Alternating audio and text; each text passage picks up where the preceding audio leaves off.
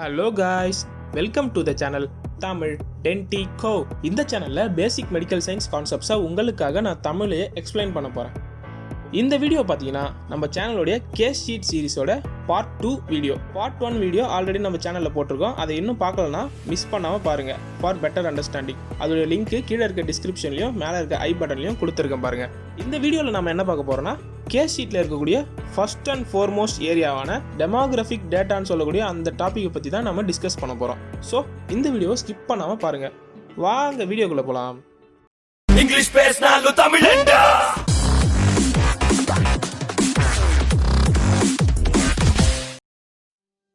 Demographic data அப்படின்றது ஒரு பேஷண்ட்டோடைய நார்மலான இந்த ஸ்டாட்டிஸ்டிக்கல் டேட்டாவை தான் டெமோகிராஃபிக் டேட்டா அப்படின்வாங்க. அந்த ஸ்டாட்டிஸ்டிக்கல் டேட்டாலாம் என்னென்னு கேட்டிங்கன்னா அதுதான் name, age, gender, address, occupation, religion, contact number அதெல்லாம் கேட்குறாங்க இல்லையா, அதுதான் டெமோகிராஃபிக் டேட்டானுவாங்க. இப்போது ஒரு பேஷண்ட்டுக்கு நம்ம கேஸ் ஷீட் எடுக்கணும் அப்படின்னா அவங்களுடைய டெமோகிராஃபிக் டேட்டாவில் என்னென்னலாம் நம்மளுக்கு மெயினாக தேவை அப்படின்னு கேட்டிங்கன்னா அவங்களுடைய name, age, gender, address and occupation இது எல்லாமே முக்கியம். அண்ட் இது மட்டும் இல்லாமல் டேட் எதுக்கு எழுதுறோம் அப்படின்னு உங்கள் எல்லாருக்குமே தெரியும். இதெல்லாம் தான் ஒரு மேஜரான டீட்டெயில்ஸ். இது மட்டும் இல்லாமல் அந்த பேஷண்ட்டோடைய ரிஜிஸ்ட்ரேஷன் நம்பர், அதாவது அந்த ஹாஸ்பிட்டல் ரிஜிஸ்ட்ரேஷன் நம்பரு அண்ட் அந்த பேஷண்ட்டோடைய ரிலீஜியன், மார்ஷியல் ஸ்டேட்டஸ் மாதிரியான ஒரு சில விஷயங்களையும் எழுதலாம். இப்போது இந்த டெமோகிராஃபிக் டேட்டாவில் இருக்க ஒவ்வொரு டீட்டெயிலும் எதுக்கு கேட்குறோம் அப்படின்ட்டு தனித்தனியாக பார்க்கலாம். நம்பர் 1 நேம் எதுக்கு நம்ம கேஸ் ஷீட்டில் எழுதணும் அப்படின்னு கேட்டிங்கன்னா ரெக்கார்ட் மெயின்டெனன்ஸ்க்காக. அதாவது ஒரு நாளைக்கு எத்தனையோ பேஷண்ட்டு ஹாஸ்பிட்டலுக்கோ இல்லை கிளினிக்கோ வந்து போவாங்க, அவங்க எல்லாருடைய ரெக்கார்டையும் தனித்தனியாக மெயின்டைன் பண்ணுறதுக்காக தான் இந்த நேம் யூஸ் பண்ணுறோம். அது மட்டும் இல்லாமல் பீடியாட்ரிஷியன் இல்லை யாராச்சும் சில்ட்ரனை ட்ரீட் பண்ணுற டாக்டர்ஸாக இருந்தீங்கன்னா அந்த பேஷண்ட்டுக்கு நேம் கேட்கும் போது கூடவே அவங்களுடைய பெட் நேமோ சர்நேமோ கேட்டு வச்சுக்கலாம். பிகாஸ் அவங்களை ட்ரீட் பண்ணும்போது நம்ம அவங்களுடைய செல்ல பேர் அதாவது பெட் நேமை கூப்பிட்டோம் அப்படின்னா அவங்களுக்கு கொஞ்சம் ஹாப்பியாக ஃபீல் பண்ணுவாங்க. அது மட்டும் இல்லாமல் ஒரு பேஷண்ட்டுக்கு நீங்கள் சர்ஜரி பண்ணும்போது இல்லை ட்ரீட்மெண்ட் கொடுக்கும்போது அவங்க அன்கான்சியஸ் ஸ்டேட்டுக்கு போயிட்டாங்க அப்படின்னா அவங்கள மறுபடியும் கான்சியஸ்னஸுக்கு கொண்டு வரதுக்காக நம்ம அவங்கள தட்டி எழுப்புவோம். அப்போ என்ன சொல்லி எழுப்பீங்க? அதுக்கு தான் இந்த நேம். அவங்க நேமை சொல்லி எழுப்புனீங்கன்னா கொஞ்சம் கான்சியஸ் ஆகிறதுக்கான சான்ஸ் இருக்குது. நம்ம கேஸ் ஷீட்டில் நேம் எழுதுறதுக்கு இதுவும் ஒரு காரணம். அடுத்ததாக பார்த்தீங்கன்னா ஏஜ் எதுக்கு அவசியம் அப்படின்னு கேட்டிங்கன்னா மேஜராக 3 காரணங்களை சொல்லலாம். For diagnosis, treatment planning and behavioural management. For diagnosis அப்படின்ற இடத்துல என்ன சொல்ல வராங்கன்னா இந்த ஏஜ்ன்றது ரொம்பவே முக்கியம். பிகாஸ் ஒரு சில டிசீஸ் ஸ்பெசிஃபிக்காக சில்ட்ரனுக்கு தான் வரும் அண்ட் ஒரு சில டிசீஸ் ஸ்பெசிஃபிக்காக அடல்ட்டுக்கு வரும், ஒரு சில டிசீஸ் ஸ்பெசிஃபிக்காக ஓல்ட் ஏஜ் பீப்புளுக்கு தான் வரும். இந்த மாதிரி ஒரு சில ஸ்பெசிஃபிக்கான டிசீஸ் ஸ்பெசிஃபிக் ஏஜ் பீப்புளை அட்டாக் பண்ணுறதை கண்டுபிடிக்கிறதுக்காக நம்ம இந்த ஏஜை கேட்குறோம். அது மட்டும் இல்லாமல் ஒரே மாதிரியான சிம்டம் காட்டுற டிசீஸ் ஏஜ் பொறுத்த வரைக்கும் மாறும். அதை டயக்னோஸ் பண்ணுறதுக்காகவும் இந்த ஏஜ் முக்கியமான பங்கு வகிக்குது. ஃபார் எக்ஸாம்பிள் இப்போ ரிக்கெட்ஸ் பார்த்தீங்கன்னா சில்ட்ரனுக்கு வரும், அதுவே ஆஸ்டியோமலேசியா அப்படின்னு சொல்லக்கூடிய அந்த டிசீஸ் பார்த்தீங்கன்னா அடல்ட்டுக்கு வரும். அதனால தான் நம்ம ஏஜ் கேட்குறோம். இது மட்டும் இல்லாமல் ட்ரீட்மெண்ட் பிளானிங், அதாவது ஒரு பேஷண்ட்டோடைய ஏஜ் பொறுத்து அவங்களுக்கு ட்ரீட்மெண்ட் ப்ரொசீஜர்ஸ் மாறும் அண்ட் டோசேஜ் கூட மாறும். ஃபார் எக்ஸாம்பிள் சில்ட்ரனுக்கு பார்த்தீங்கன்னா கொஞ்சம் கம்மி டோஸில் கொடுப்பாங்க, அடல்ட்ஸுக்கு போக போக ஹை டோஸ் கொஞ்சம் யூஸ் பண்ணுவாங்க. அண்ட் இந்த ஏஜ் பார்த்தீங்கன்னா நம்ம யூஸ் பண்ணுற ஒரு ட்ரக்கோடைய அட்வர்ஸ் எஃபெக்ட்ஸையும் பொறுத்து இருக்கு. அதாவது ஃபார் எக்ஸாம்பிள் இப்போ சிட்ரிசின் அப்படின்ற டேப்லெட் பார்த்தீங்கன்னா அடல்ட்ஸ் யூஸ் பண்ணும்போது அவங்களுக்கு கொஞ்சம் தூக்கம் வரும், அதாவது லேசினஸாக ஃபீல் பண்ணுவாங்க. இதுவே சில்ட்ரன் யூஸ் பண்ணாங்கன்னா கொஞ்சம் சுறுசுறுப்பாக இருப்பாங்க.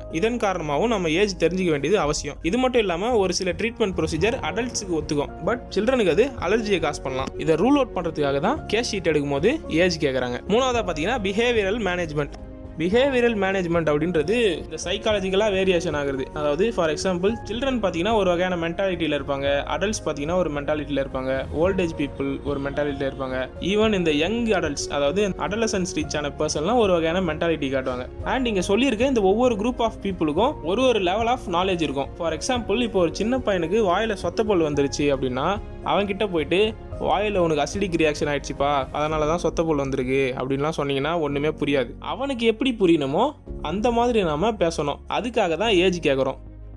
மூணாவதாக பார்த்தீங்கன்னா ஜெண்டர். எப்படி ஏஜ் ஸ்பெசிஃபிக் டிசீஸோ அதே மாதிரி இந்த ஜெண்டர்லையும் ஜெண்டர் ஸ்பெசிஃபிக் டிசீஸ் வரும். ஃபார் எக்ஸாம்பிள் ஃபீமேல்ஸுக்கு பார்த்தீங்கன்னா மோஸ்ட்டாக இந்த iron deficiency, anemia, thyroid problem, osteoporosis, breast cancer, pregnancy, menstrual problems, இந்த மாதிரி ஃபீமேல் ஸ்பெசிஃபிக்கான ஒரு சில ப்ராப்ளம்ஸ் இருக்குது. அண்ட் மேல்ஸுக்கு பார்த்தீங்கன்னா heart disease, lung cancer, stroke அந்த மாதிரியான ஒரு சில டிசீஸு மேல்ஸுக்கு மட்டும் ஸ்பெசிஃபிக்காக வரும். ஸோ இந்த ஜெண்டர் ஸ்பெசிஃபிக் டிசீஸஸை ரூல் அவுட் பண்ணுறதுக்காக, அதாவது கண்டுபிடிக்கிறதுக்காக தான் நாம் ஒரு பேஷண்ட்டோடைய ஜெண்டரை நோட் பண்ணுறோம்.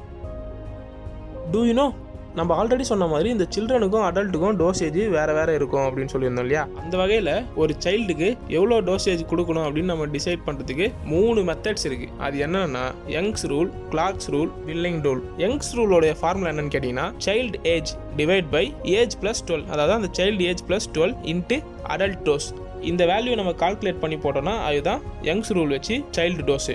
இதுவே கிளார்க் ரூல் பார்த்தீங்கன்னா child age at next birthday, அடுத்த வர பர்த்டேல அந்த குழந்தையோட வயசு என்ன இருக்கோ அதை போட்டுக்கணும், கீழே 24 இன்ட்டு அடல்ட் டோசேஜ். இந்த வேல்யூவை கால்குலேட் பண்ணியும் நாம கண்டுபிடிக்கலாம். 3வது மெத்தட்ல பார்த்தீங்கன்னா age by 20 into adult dose. இந்த 3 மெத்தட் யூஸ் பண்ணி சில்ட்ரனோட டோசேஜ் வேல்யூ கண்டுபிடிச்சி அவங்களுக்கு ட்ரீட்மெண்ட் கொடுப்பாங்க. மறுபடியும் சொல்கிறேன், அதனால தான் ஏஜ் ரெக்கார்ட் பண்ணுறது ரொம்பவே அவசியம்.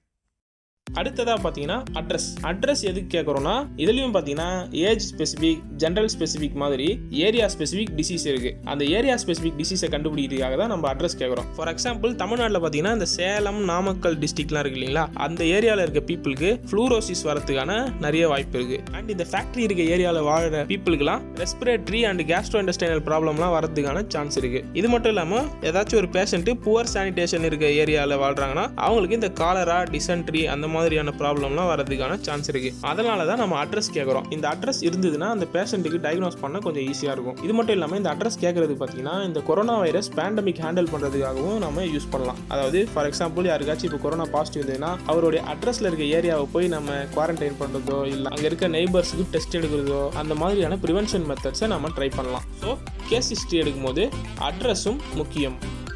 அடுத்ததாக பார்த்தீங்கன்னா ஒரு பேஷண்ட் கிட்ட எதுக்கு நாம ஆக்குபேஷனை கேட்கணும்? அவங்க ரிச்சாக இருந்தால் அவங்க கிட்ட நிறைய காசு வாங்குறதுக்காகவா?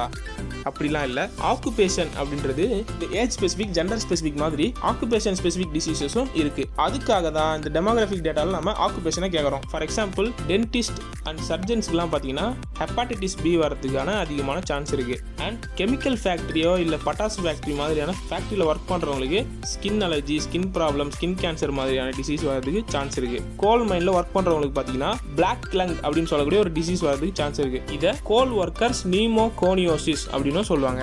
இப்போ இந்த இடத்துல உங்களுக்கு ஒரு டவுட் வரலாம்.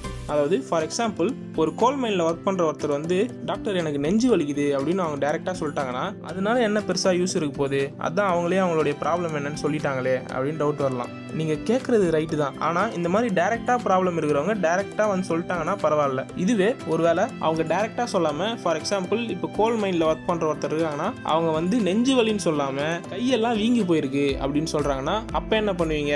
அதுக்கு தான் இந்த ஆக்குபேஷன். பிகாஸ் அவங்க கையெல்லாம் வீங்கி போயிருக்கு அப்படின்னு சொன்னாங்க பார்த்தியா, அதை பார்க்கும்போது இப்படி தெரிஞ்சதுன்னா அது பேரு ருமட்டாய்ட் நாடியூல்ஸ் அப்படின்னு சொல்லுவாங்க. இந்த ருமட்டாய்ட் நாடியூல்ஸ் பார்த்தீங்கன்னா பிளாக் லங் டிசீஸ்ல வரும். இந்த பிளாக் லங் டிசீஸ் எப்போ வரும்? கோல் ஒர்க்கர்ஸ்க்குலாம் வரும். இந்த மாதிரி இன்டைரக்டான விஷயத்தை கண்டுபிடிக்கிறதுக்காக தான் இந்த ஆக்குபேஷனை யூஸ் பண்றோம். டூ யூ நோ ரிலீஜியனை எதுக்கு நம்ம கேஸ் ஷீட்டில் எழுதணும்? அதனால என்ன பெருசாக யூஸ் ஆக போகுது அப்படின்னு கேட்டிங்கன்னா ஃபார் எக்ஸாம்பிள் ஜீவ்ஸ் அப்படின்னு சொல்லக்கூடிய ஒரு ரிலீஜியஸில் இருக்கவங்களுக்குலாம் அவங்களுடைய பெனிஸ்க்கு மேலே இருக்க 4 ஸ்கின்னை ரிமூவ் பண்ணி எடுத்துருவாங்க. இதனால் அவங்களுக்கு ஜெனிட்டல் டிசீசஸு, யூரினரி ட்ராக்ட் இன்ஃபெக்ஷன் மாதிரியான டிசீசஸை அவங்கக்கிட்ட நம்ம காமனாக நோட் பண்ணலாம். கிறிஸ்டியானிட்டியில் பார்த்தீங்கன்னா அவங்களுடைய ப்ரைஸ்ட்டு கூட இந்த ஒயின்லாம் ஷேர் பண்ணுவாங்க. அது மூலமாக ஒரு சில கம்யூனிகேபிள் டிசீசஸ் வரக்கூடும் அப்படின்னு சொல்கிறாங்க. தென் ஹிந்துஸ் பார்த்தீங்கன்னா அங்க பிரதர்சனம், அதாவது சைட் ரோல் அப்படின்னு சொல்லக்கூடிய ஒரு வேண்டுதல் பண்ணுவாங்க. அது மூலமா அவங்களுக்கு இந்த ஹூக்வார்ம் இன்ஃபெக்ஷன் வரலாம் அப்படின்ட்டு சொல்றாங்க. சிம்பிளா சொல்லணும், இந்த கேஸ் ஷீட்ல ஃபர்ஸ்ட் அண்ட் ஃபார்மோஸ்டான டெமோகிராஃபிக் டேட்டா ரொம்பவே அவசியம். இந்த டெமோகிராஃபிக் டேட்டா எல்லாத்தையும் யூஸ் பண்ணி கூட ஒரு சில இடத்துல நம்ம டயக்னோஸ் பண்ணுவோம்.